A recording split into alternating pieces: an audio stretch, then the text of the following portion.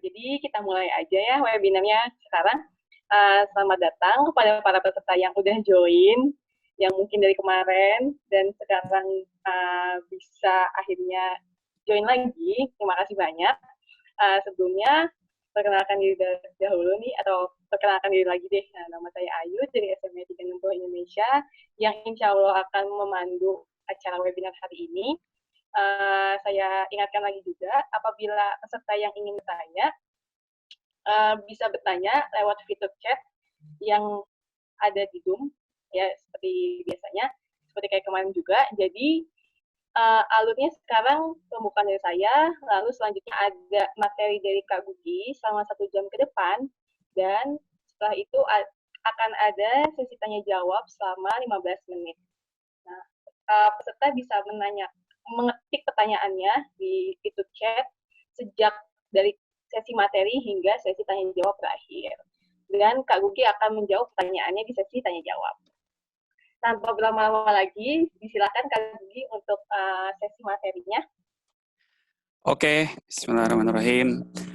Assalamualaikum warahmatullahi wabarakatuh. Selamat malam pada rekan-rekan. Ketemu lagi dan mohon maaf yang sebesar-besarnya. Malu juga nih, udah jauh-jauh ke sini internet masih lambat. Oke, dan sekarang saya ada di pusat kota lah istilahnya ya. Bukan pusat juga sih. Ya artinya mendekat ke kota lah supaya dapat koneksi yang lebih oke, lebih stabil. Mudah-mudahan juga stabil sampai akhir ya. Oke, langsung saja. Kemarin sempat ada awalan, jadi kita ulang aja mulai dari awal ya. Bismillahirrahmanirrahim.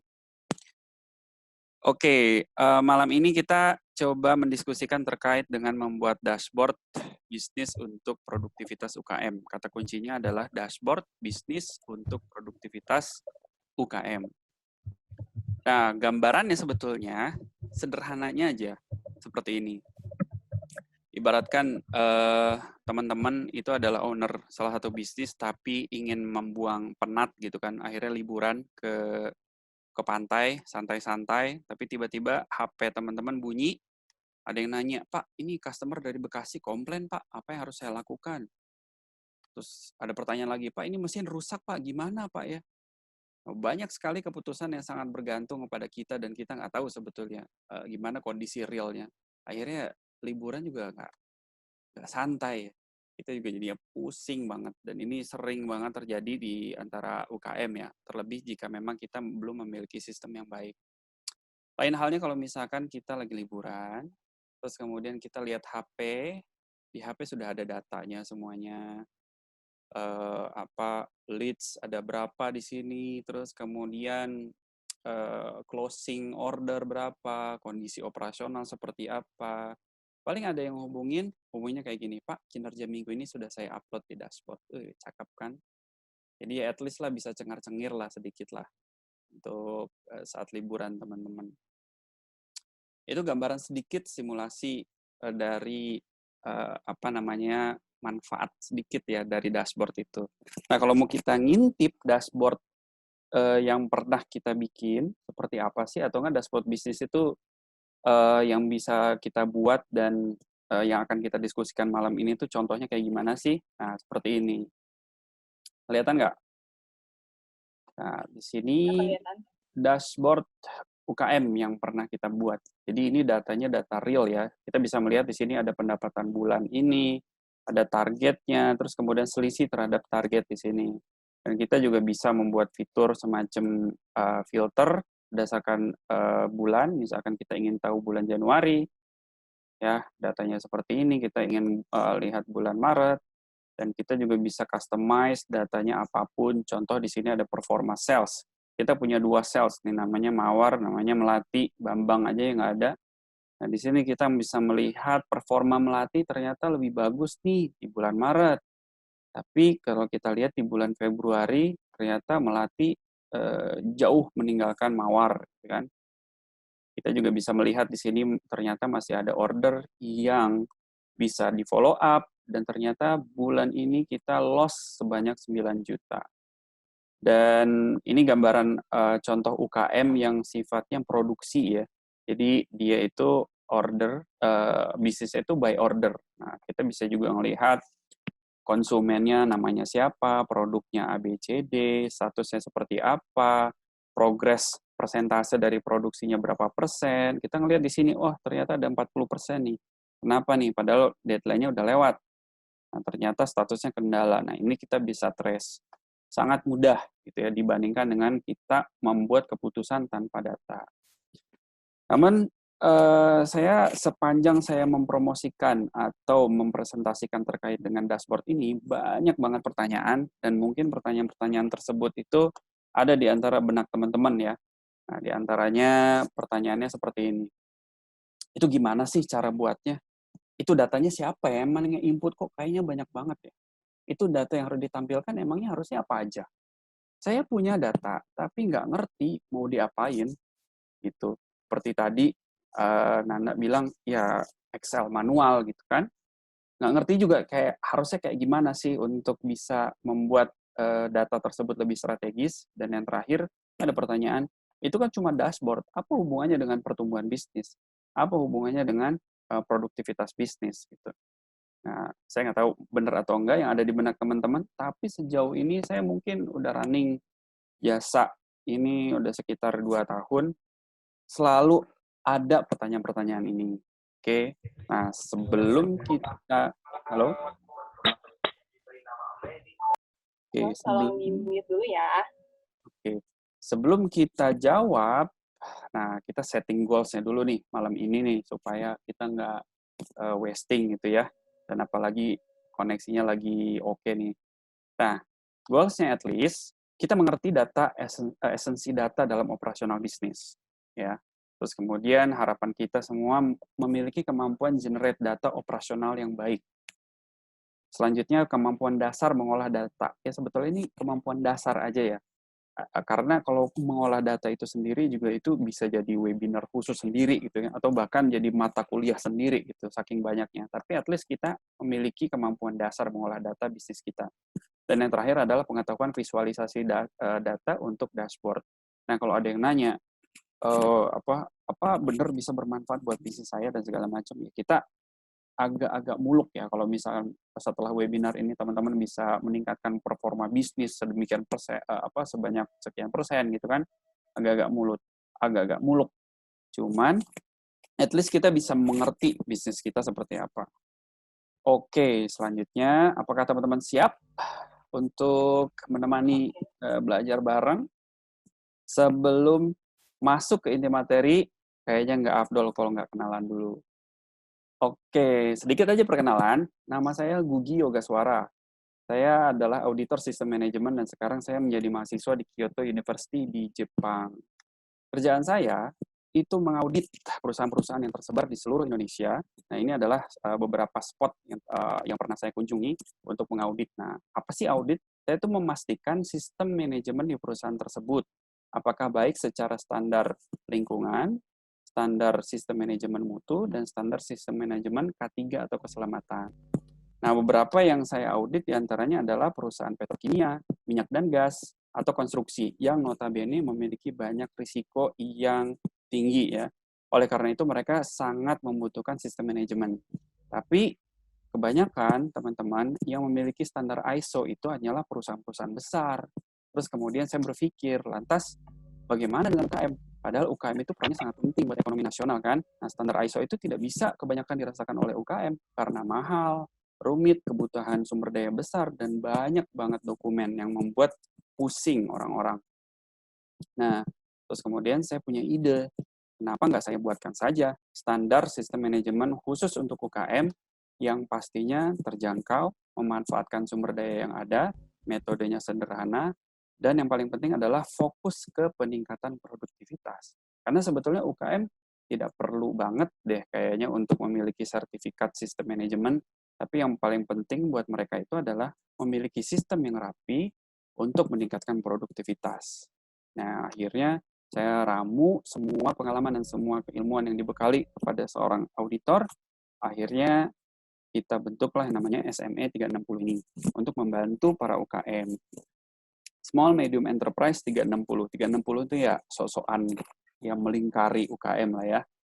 Oke. Nah, mungkin di antara teman-teman, oke, udah kenalan, tapi pertanyaan saya masih belum dijawab nih, masih banyak nih pertanyaannya. Oke ya, kita masuk. Ini beneran kita masuk ke materi. Oke, udah siap? Kita masuk ke materi pertama, adalah esensi data. Kita lihat data ini, apa yang teman-teman pikirkan di sini. Ini kayaknya runyem banget nih datanya. Di sini ada warna, kelihatan nggak? Ada warna, ada ukuran, ada stok akhir, banyak segala macam. By the way, ini adalah data dari bisnis busana ya. Jadi ini ada ukuran, ada stok akhir, macam-macam gitu. Nah, di sini sheet-nya juga banyak, ada produk A, produk B, dan seterusnya. Kita tahu sendiri kalau yang namanya busana pasti banyak macamnya, ukurannya, warnanya, bentuknya, modelnya, wah macam-macam deh. Nah, akhirnya banyak pertanyaan yang muncul di benak kita. Seperti pertanyaan-pertanyaan ini kan, berapa sih produk A yang terjual di bulan ini? Produk mana sih yang paling banyak terjual? Produk dengan warna apa yang paling banyak diminati? Ukuran mana yang paling banyak terjual? Dan bagaimana kita merumuskan rencana produksi? Ini, pertanyaan-pertanyaan ini adalah pertanyaan-pertanyaan yang esensial, tapi nggak mudah dijawab. Karena apa? Data kita seperti tadi, input banyak makan waktu, harus input ulang bahkan, data hilang bisa jadi, ganti orang, ganti data juga, tidak bisa diolah, tidak terintegrasi, tidak mudah diakses, wah pusing. Dan ini, to be honest, banyak sekali terjadi di UKM. Nah, oleh karena itu, coba kita lihat. Nah, pertanyaan-pertanyaan, kesulitan itu tidak bisa menjawab pertanyaan-pertanyaan yang tadi. Oleh karena itu, teman-teman sebetulnya kasus ini adalah permasalahan data menyebabkan kita tidak bisa menjawab sudah sampai mana kita bekerja. Ya. Nah, setelah ini asumsikan kita sudah punya data, maka kita mengerti esensi data itu harusnya bisa menjawab sudah sampai mana kita bekerja. Nah, sekarang kita akan membicarakan makna dari data itu sendiri. Kita kembali ke Excel yang runyam tadi. Nah, kita kembalikan pertanyaan-pertanyaan tadi. Nah, coba kita sedikit simulasikan ya, makna data dari ini dan apa sebetulnya gambaran langkah atau hubungan dari integrasi bisnis yang ada. Sebetulnya, pertanyaan-pertanyaan ini sangat terintegrasi dari tubuh bisnis keseluruhan yang ada. Nah, contoh dari jawaban dari pertanyaan ini sebetulnya sangat terkait dengan fungsi marketing, produksi, ya kan? Pertanyaan-pertanyaan tadi. Namun, sadar atau tidak, pertanyaan-pertanyaan tadi itu dijawab dari fungsi sales. Jadi, kita menanya informasi di area sales, namun kita bisa menjawab permasalahan yang ada di marketing dan produksi. Ini artinya sangat penting data itu kita miliki, karena itu terkait dengan fungsi-fungsi yang lainnya. Sehingga sebetulnya sederhananya adalah data, kemudian kita harus visualisasikan, kemudian makna data kita dapat mengerti. Seperti itu kira-kira. Nah, berbicara sedikit tentang visualisasi, ini juga menjadi sebuah konsen ya. Kalau tadi kita melihat ini, seolah-olah kita ingin membuat visualisasi tapi langsung dari Excel-nya. Ini kita buat warna, ini pink, ini merah, segala macam untuk mudah menandakan, tapi ternyata membuat kita semakin pusing aja. Artinya sebetulnya prinsipnya teman-teman ini kasih kisi-kisi nih. Sebisa mungkin jangan gabungkan antara data dengan visualisasi. Bisa mungkin harus dipisah. Nah, visualisasi data juga jangan sampai seperti ini. Ini kita bingung, ini data apaan? Terlalu banyak ini kategorinya. Terus kemudian kita juga nggak tahu ini di balik yang ini nih apa sih, datanya berapa? Atau enggak datanya seperti ini kayak taplak meja banget ya. Jadi kita kalau kayak gini datanya juga banyak dan kita bingung apa yang harus kita lakukan. Oke, kembali kepada informasi dari data yang kita butuhkan. Sekarang kita setting bahwa dari pertanyaan tadi, kita sebetulnya hanya ingin mengetahui beberapa informasi berikut kan, seperti kinerja pembelian, kinerja penjualan produk A, atau potensi proyek, atau progres produksi bahan baku, iklan online seperti apa, dan barang jadi stoknya seberapa, seperti itu. Ini adalah kumpulan informasi yang sebetulnya yang kita butuhkan tadi dari pertanyaan-pertanyaan yang di awal tadi. Namun, teman-teman, kita tidak berhenti sampai informasi ini saja, karena kita butuh tindakan apa yang harus kita lakukan. Kita butuh menentukan tindakan apa yang harus kita lakukan. Kalau teman-teman ingat tadi, pertanyaan-pertanyaan adalah pertanyaan terkait dengan informasi. Tapi kalau ini adalah pertanyaan-pertanyaan tindakan apa yang harus kita lakukan. Sehingga kalau kita simpulkan, di sini adalah data mana yang harus ditampilkan akan menentukan tindakan apa yang harus dilakukan untuk meningkatkan kinerja. Sehingga makna data menentukan arah eksekusi kita ke depan. Oke. Sampai sini, mungkin hanya menjawab satu pertanyaan saja dari FAQ tadi di atas ya. Yang di sini. Oke lah, kita sudah diskusi hubungan dashboard dengan pertumbuhan bisnis. Namun kita masih ada beberapa pertanyaan lagi nih di atas nih. Ya, masih ada 4 pertanyaan lagi yang sering banget ditanyakan sama orang terkait dengan dashboard bisnis. Oke, namun kalau kita lihat, beberapa pertanyaan ini mungkin kalau nomor 1 nanti akan saya simulasikan di akhir ya, cara buatnya kayak gimana. Namun 3 pertanyaan ini, nomor 2, nomor 3, nomor 4, ini adalah pertanyaan yang sangat esensial. Dan konsekuensi jawaban dari pertanyaan ini nggak mudah banget loh teman-teman. Coba ya, kita rumuskan di slide berikutnya. Nah, saya ganti nomornya, ini jadi nomor 1, data apa yang harus ditampilkan. Nomor 2, saya punya data, tapi nggak ngerti mau diapain. Yang ketiga, itu datanya siapa yang input, bagaimana inputnya, dan segala macam. Nah, ini akan menjadi framework diskusi kita ke depan. Nah, kalau bisa, teman-teman, kalau teman-teman pernah belajar di Udemy, ini adalah saatnya teman-teman untuk bookmark ya, atau enggak screenshot ya, slide ini, karena ini penting banget buat kita dalam merumuskan dashboard yang benar. Jadi dashboard itu sebetulnya bukan cuman orang IT aja yang harus bisa buat ya, atau enggak hanya orang yang ngerti data dan segala macam. Kita semua bisa buat. Bahkan kalau bisa dibilang dalam standar sistem manajemen harusnya seorang owner juga bahkan harus bisa mengerti dan bahkan bisa membuat dashboard bisnis mereka sendiri. Oke, kita ngelihat sekarang nomor 1 misalkan, data apa yang harus ditampilkan? Kita berbicara tentang proses bisnisnya seperti apa. Terus kemudian apa critical prosesnya? Dan 1.3, data fields proses apa sih yang harus kita tetapkan? Terus kemudian nomor 2, saya punya data tapi nggak ngerti mau diapain. Kita harus fokus kepada apa informasi yang diinginkan. Kemudian nomor 2.2, gambaran keputusan bisnis seperti apa sih yang ingin kita lakukan. Dan yang ketiga, 2.3 adalah at least skill pengolahan data apa sih yang cocok buat jenis bisnis kita. Dan yang terakhir, 3.1 adalah prinsip input data yang akan menentukan jawaban dari itu datanya siapa dan bagaimana yang input.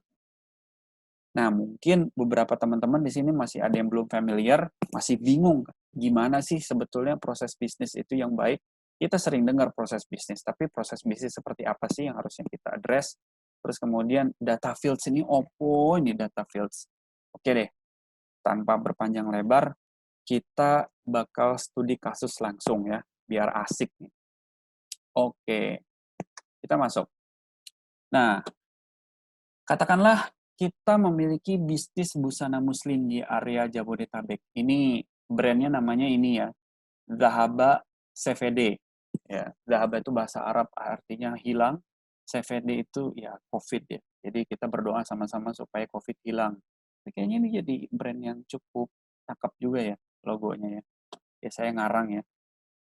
Dan ini tidak ada kesengajaan untuk busana muslim, artinya wah muslim banget, enggak, karena sebentar lagi kita mau Ramadan, dan di samping itu pasar muslim, busana muslim itu juga sangat besar di Indonesia. Jadi ini mungkin adalah kasus yang cukup common bagi teman-teman semua. Nah, ini ada beberapa clue-nya. Berjalan di area Jabodetabek, terus kemudian sistem penjualan terpusat, tidak ada reseller atau dropshipper. Terus kemudian bisnis tersebut bersifat maklon atau tidak produksi sendiri. Ini adalah clue-cluenya ya dari si bisnis Zahaba COVID ini. Oke, sekarang kita masuk ke 1.1. satu, yaitu proses bisnis. At least proses bisnisnya kayak gimana sih yang berlangsung atau siklus bisnisnya seperti apa? Mungkin teman-teman sudah bisa menebak. Kayaknya kalau kostum atau busana pasti ada orang yang desain, pasti ada salesnya, pasti ada bagian marketingnya, pasti ada orang yang stoknya segala macam. Dan kurang lebih memang benar. Tapi setidaknya ini adalah siklus yang paling inti. Ya, ada sales, stock, packing, delivery, customer, balik lagi ke sales kalau dia mau repeat order, katakanlah. Jadi siklus ini adalah siklus yang umumnya ada. Nah, pertanyaan selanjutnya, 1.2, kalau teman-teman ingat tadi, apa critical prosesnya? Nah, menurut teman-teman kira-kira apa nih critical proses dari semua ini? Atau teman-teman bisa pilih deh 2 kotak apa yang paling penting dari semua ini. Oke, saya hitung sampai 5 ya. Kira-kira apa nih? 2 kotak aja. 1, 2, 5. Ya, Anda benar. Jadi sales dan stock. Itu yang paling benar. Itu yang paling kritikal. Kenapa yang paling kritikal? Bayangkan kalau hubungan sales dengan stock itu berantakan. Ya, kalau ini 2 berantakan, semuanya akan berantakan. Tapi kalau ini rapi, semuanya insya Allah akan rapi. Ya, artinya gini, jangan sampai sales menjual barang yang tidak ada stoknya. Jangan sampai sales tidak menjual barang yang stoknya menggunung di dalam gudang. Nah, ini selalu ada komunikasi yang harus difasilitasi, gitu kan ya? Itu ada critical prosesnya. Dan pertanyaan 1.3 yaitu data field proses apa sih yang harus kita tetapkan? Nah, kalau teman-teman masih belum familiar dengan data field itu seperti apa, atau enggak teman-teman mungkin ada yang protes, kenapa sih namanya enggak bahasa Indonesia aja gitu, data field, bidang data gitu. Nah, sebetulnya bisa aja saya kasih bidang data, cuman nanti teman-teman kalau ingin belajar lebih lanjut agak susah googlingnya. Dan istilah data field itu data yang cukup istilah yang cukup umum kalau teman-teman semua mau belajar ya, bagaimana menentukan data field dari bisnis proses yang kita punya. Nah, namun untuk memahami data field proses yang jelas ini tidak mudah langsung kita jelaskan. Nah, oleh karena itu kita perlu masuk ke pertanyaan nomor 2 sebetulnya. Jadi mohon maaf nih agak loncat-loncat dikit ya. Nanti insya Allah kita akan balik lagi ke 1.3. Nah, kita masuk sekarang ke pertanyaan nomor 2. Saya punya data tapi nggak ngerti mau diapain. Ya. Nah, sekarang kita berbicara tentang informasi yang diinginkan, gambaran keputusan bisnis, dan skill pengolahan data. Oke, lanjut. Nah, sekarang kita lihat nih, at least karena kita tadi udah tahu ada 2 critical process yang ada, maka informasi yang kita inginkan adalah produk yang terjual per satuan waktu. Siapa yang membeli? Ini profil customer-nya seperti apa? Terus kemudian stok inventory, jumlah produk tersedia berapa? Dan kinerja sales. Karena kita ingin memboosting kinerja sales officer yang kita punya. Terus kemudian gambaran keputusan bisnis. Contoh seperti budget iklan untuk produk tertentu kita ingin boosting atau ingin kita tingkatkan. Kemudian area konsentrasi pasar untuk marketing. Kita ingin tahu siapa yang membeli karena kita ingin membuat konsentrasi pasar sehingga kita bisa konsen ke pasar yang paling captive atau paling tinggi peminatnya dan kita bisa mengatur target pasar baru jika memang ada yang relevan. Terus kemudian kita juga pengen mengantisipasi pesanan produk ke vendor. Jangan sampai pesan terlalu banyak tapi tidak terjual, atau pesan terlalu dikit padahal permintaan banyak.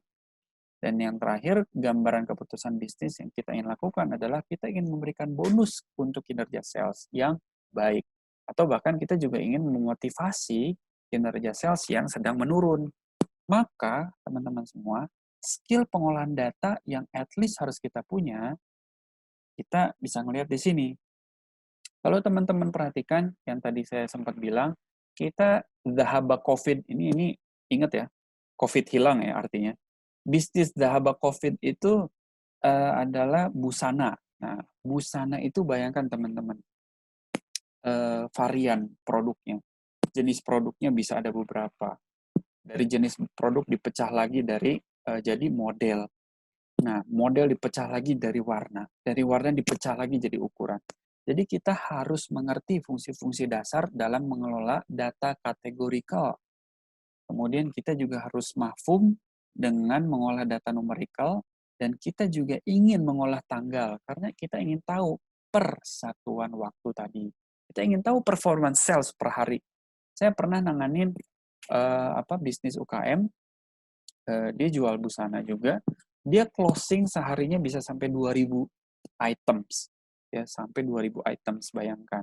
Nah, 2.000 items itu sangat bisa dievaluasi bahkan per jam, ya, bukan per hari lagi, bahkan per jam, seperti itu. Nah, terus kemudian kita bisa gabungkan dengan skill-skill dasar seperti filter, sort, countif, dan sum if. Nanti kita akan coba praktekkan sedikit demi sedikit, oke? Nah, kembali lagi ke pertanyaan tadi, 1.3, data field process apa sih yang harus kita punya? Karena kita udah tahu tadi informasi apa yang kita inginkan dan tindakan bisnis apa yang harus kita lakukan, maka kita bisa melihat nih kira-kira data apa yang harus ada di dalam sales. Nah, diantaranya adalah data pelanggan, baik dari daerah, usia, bisa jadi pendidikan. Tapi kayaknya status pernikahan nggak terlalu penting deh. Terus kemudian data produk, di situ ada ukuran, warna model, dan waktu pembelian. Sales yang bertugas siapa, artinya sales yang closing produk tersebut siapa, gitu kan. Terus kemudian stok. Nah, stok informasinya diantaranya adalah tanggal keluar, stok terkini, tanggal masuk, oke, tanggal masuk, dan ya at least tiga informasi inilah yang sangat kita inginkan, oke? Nah, kita lanjut. Pertanyaan terakhir, prinsip input datanya seperti apa? Karena kita bingung ya, itu datanya kok kayaknya kelihatannya cakep ya, emang siapa sih yang input? Emang kayak gimana sih inputnya?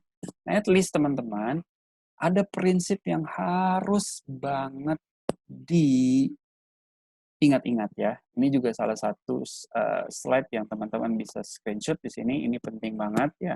I can't stress it enough. Jadi kita berbicara tentang validasi data. Harus ada otomatisasi, integrasi data, mudah dan sederhana. Kebayang nggak? Saya pasti yakin belum terlalu kebayang. Mungkin teman-teman juga ada yang pusing. Cukup teorinya, saatnya kita praktek langsung. Oke? Oke, kita coba sekarang lihat. Ini salah satu contoh dari slide kita. Coba kita lihat sekarang ke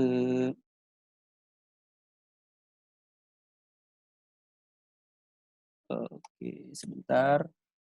Nah, ini adalah gambaran data dari PT Dahaba Covid ya. Nah, di sini kita lihat di sini mudah-mudahan kebaca ya. Di sini ada tanggal, ada sales, ada bulan, ada nama, usia, kabupaten kota, kecamatan, jenis produk. Nah, terus kemudian warna, ukuran, jumlah, total. Nah, total itu per produk kita asumsikan 250.000. Sehingga kalau dikali 2 jadi 500.000 ya. Dan ini adalah data yang sangat random ya. Jadi tidak ada perencanaan, tidak ada rekayasa di balik data ini. Jadi kalau misalnya teman-teman ada yang marah, ini kan Nurul Hidayah nih nama nyokap gua nih. Aduh, enggak ada ya, enggak ada kesengajaan ya. Tenang aja. Nah, yang pertama, tadi kita bicara sedikit terkait dengan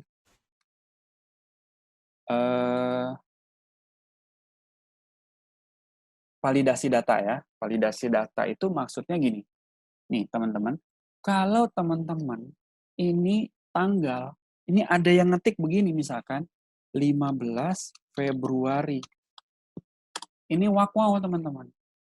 Karena akhirnya data tersebut tidak bisa diolah. Sering banget seperti itu.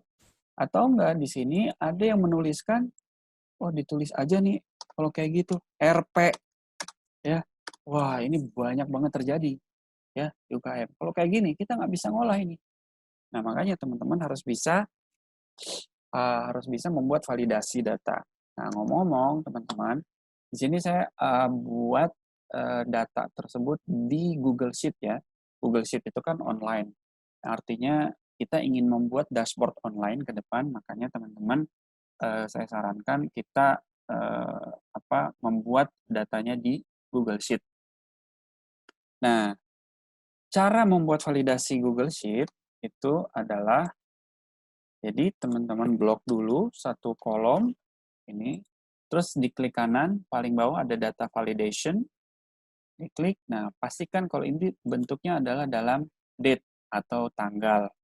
Jadi kalau misalkan ada orang yang inputnya salah, seperti tadi, 15 Februari, dia selalu ada tanda ini, invalid. Input harus berupa tanggal. Jadi selalu ada seperti itu. Dan data validasi itu juga sangat penting fungsinya untuk apa? Untuk seperti ini. Misalkan produk ya, produk 4. Nah, kalau ada yang nantinya salah ketik di sini, jadi produk, ya, produk. Nah, ini kagak bisa diolah nih kalau seperti ini. Nah, cara men-settingnya kayak gimana? Kita bisa juga membuat data validasi seperti tadi, klik kanan, data validation, terus kemudian list of items. Misalkan teman-teman membuat di sini produk 1, produk 2, seterusnya. Jadi artinya kalau ada input di luar nilai-nilai yang ada di sini, itu akan invalid ya. Jadi saya cancel dulu karena itu hanya simulasi saja. Terus kemudian kita ada warna, ada ukuran, jumlah, dan segala macam. Nah, ngomong-ngomong, data kita ini, lihat kombinasinya. Varian produknya ada 15 jenis. Jadi ada produk 1 sampai produk 15. Warnanya ada 4 jenis. Tahu nggak teman-teman? Saya pernah jadi konsultan salah satu UKM, dia punya 22 jenis varian warna. Puyeng banget. Terus kemudian ukuran 4 jenis, ada S sampai XL, dan sehingga jumlah variannya itu adalah 15 kali 4 kali 4 ya. Kalau teman-teman ingat matematika dulu, babnya permutasi sama kombinasi, artinya ada 240 macam. Seperti itu. Terus kemudian, ini adalah data di sales. Tadi kan ada 2 yang kritikal ya, sales dan stock. Kita mau dong teman-teman kalau ada orang sales di sini input penjualan, terus kemudian data stoknya langsung berkurang. Orang stok jadi nggak usah input lagi gitu. Nah ini kan kita ngelihat nih stoknya nih itu. Nah kalau kita lihat di sini ada 240 ya. Kalau teman-teman bisa lihat di sini ada 240 varian, benar kayak tadi. Kita nggak mau dong ada kita input ulang. Kalau ada sales penjualan, habis itu kita input, oh ini stoknya berkurang dan segala macam. Karena itu kan sangat repot. Dan selain repot itu, peluang salahnya itu juga tinggi. Makanya tadi, itu juga salah satu dari otomatisasi dan integrasi data. Ini sangat penting ya, untuk mengurangi kesalahan pengolahan data. Nah, makanya teman-teman, at least kita harus mempelajari beberapa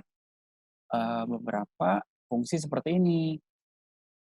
Nah, kelihatan nggak kira-kira? Kalau nggak kelihatan, saya coba perbesar ya.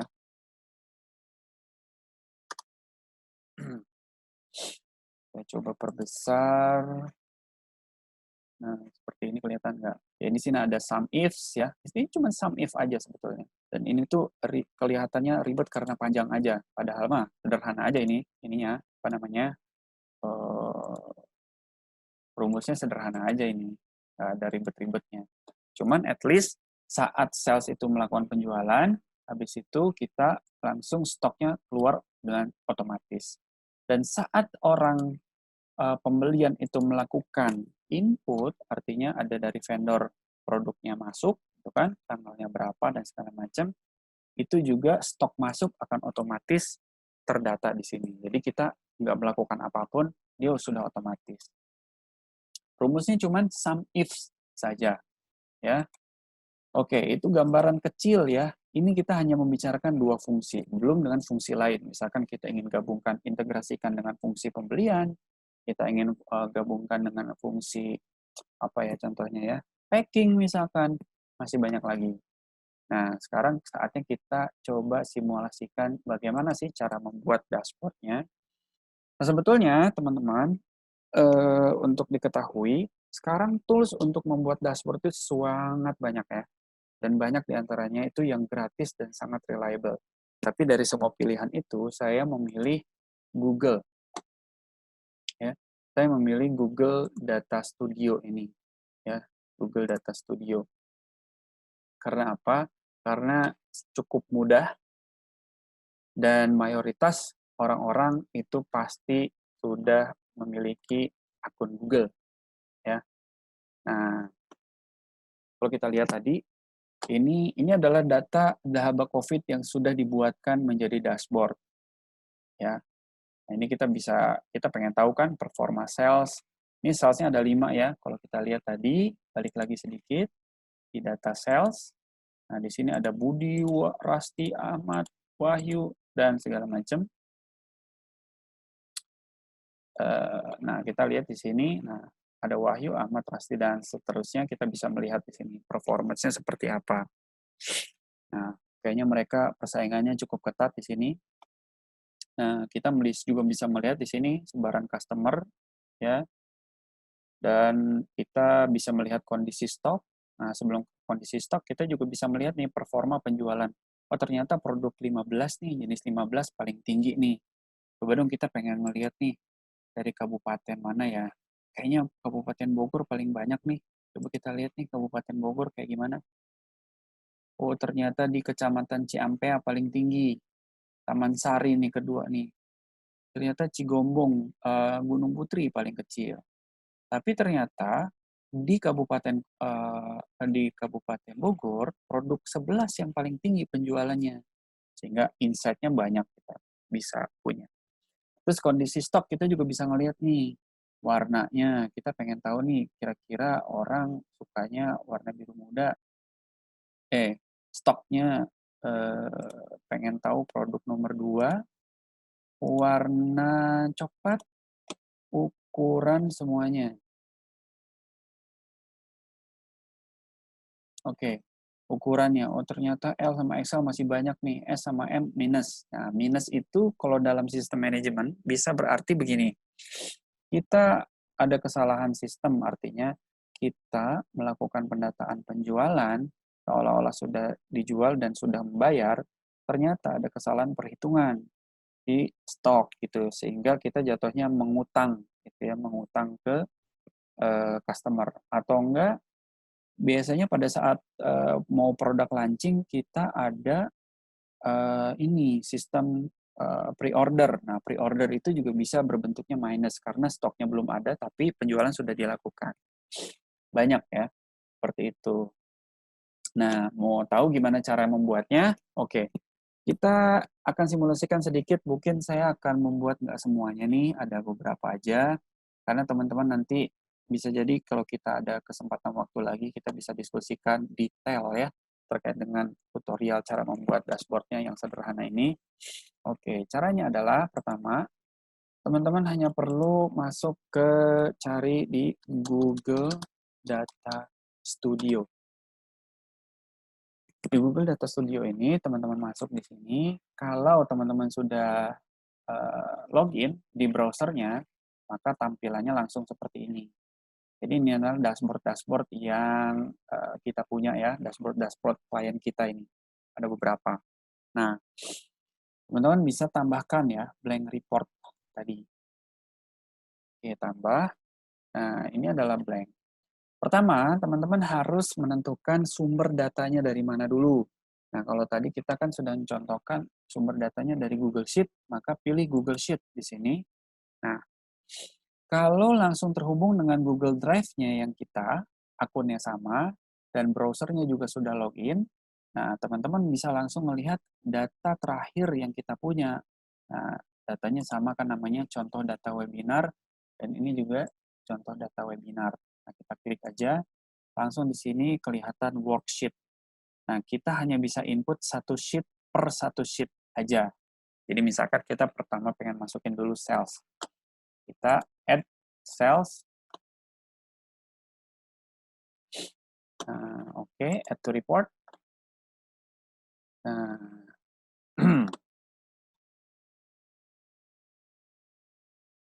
Oke, nah ini otomatis ya, karena kita belum terlalu ini, maka kita kesampingkan dulu. Kita ingin tadi, kita lihat di sini ada total penjualan, performa sales. Maka kita coba buat nih, biar nandain dulu, kita bisa buat teks. Ya. Total penjualan. Total penjualan. Total penjualan, kita juga bisa variasikan ininya, sangat customizable, tenang aja. Terus sebelah sini adalah performa sales. Oke, terus kita juga bisa tambahkan gambar ya, misalkan teman-teman tadi untuk menambah semangat gitu kan ya, masukin logo perusahaan. Mana tadi? Dahaba COVID. Oh kan, jadi ini misalkan logo bisnisnya teman-teman sangat berarti gitu bagi kehidupannya. Nah, ini juga bisa memberikan semangat ya. Oke, sekarang kita ingin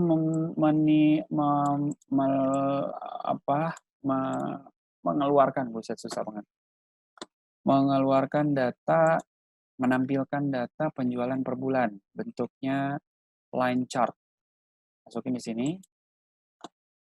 Kalau teman-teman ingat tadi, di sini di data Google Sheet tadi, di header datanya kita bisa melihat atau data field tadi kita ada nama dan segala macam ya. Dan ini juga muncul di sini. Ya, ada bulan, kabupaten kota dan segala macam. Nah, kita ingin datanya per bulan.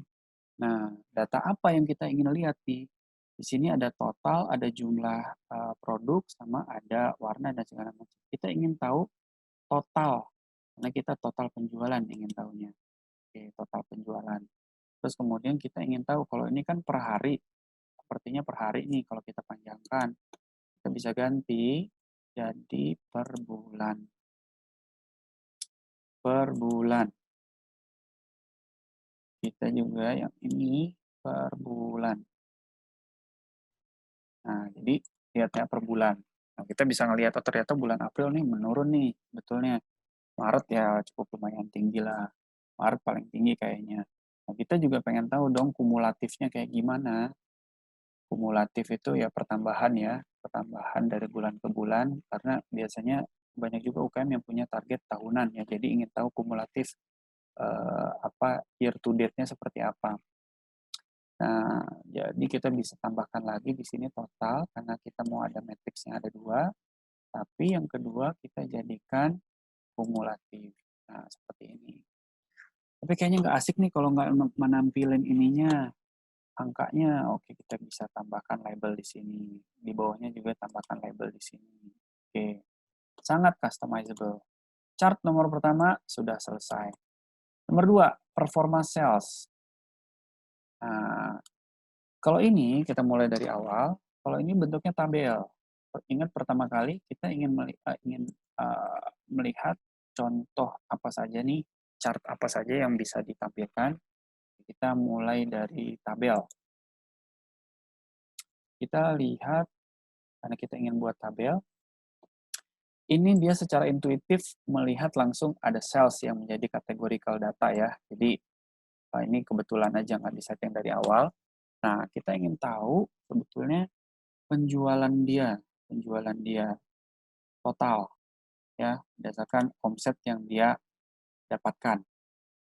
Kita juga pengen tahu dong dari jumlah yang dijual, jangan-jangan dari jumlah juga bisa jadi berbeda, jumlah item yang dijual. Terus kemudian ada juga angka ini bisa jadi dia omsetnya nggak terlalu banyak dari dia, tapi dia sangat rajin ya. Dia sangat rajin untuk closing, artinya jumlah closing orangnya itu banyak, tapi per closing yang dia item yang dia closing nggak terlalu banyak. Ini bisa jadi kreativitas si salesnya itu dalam menawarkan barang lain sehingga orang tertarik untuk membeli lebih dari satu itu kurang. Maka kita juga bisa membuat record count. Nah, ini berdasarkan jumlah. Nah, kalau ngelihat kayak gini doang kayaknya nggak cakep nih. Kita munculin aja deh angkanya biar kebayang. Bisa juga. Ya, semacam show number. Nah, nomornya terlalu banyak, bisa kita padatkan. Show number, padatkan. Show number, ya, seperti itu. Sudah selesai. Dan satu lagi saya ingin menampilkan performa produk, ya, performa penjualan berdasarkan produk. Nah, kita kayaknya kalau buat itu dari sini aja deh. Dari bar chart, ya, dari bar chart kita ingin dimensinya kita ganti, jangan sales. Dimensi itu artinya adalah kategori, ya. Kita ingin misalkan produk, jenis produk. Nah, produk kita ganti di sini. Nah, kita ngelihat kan di sini produk 15 paling tinggi, sama seperti yang tadi simulasi. Kita ingin tampilkan juga angkanya, biar kebayang. Oh, ternyata ini angkanya masih bukan penjualan dalam bentuk harga, tapi dari jumlah terjualnya. Kita ingin tahu dong totalnya. Oke, kita tampilkan total aja deh. Nah, seperti ini. Jadi 61 juta untuk total. Nah, tapi kita juga pengen tadi kayak sortir per bulan kayaknya cakep deh. Itu kan?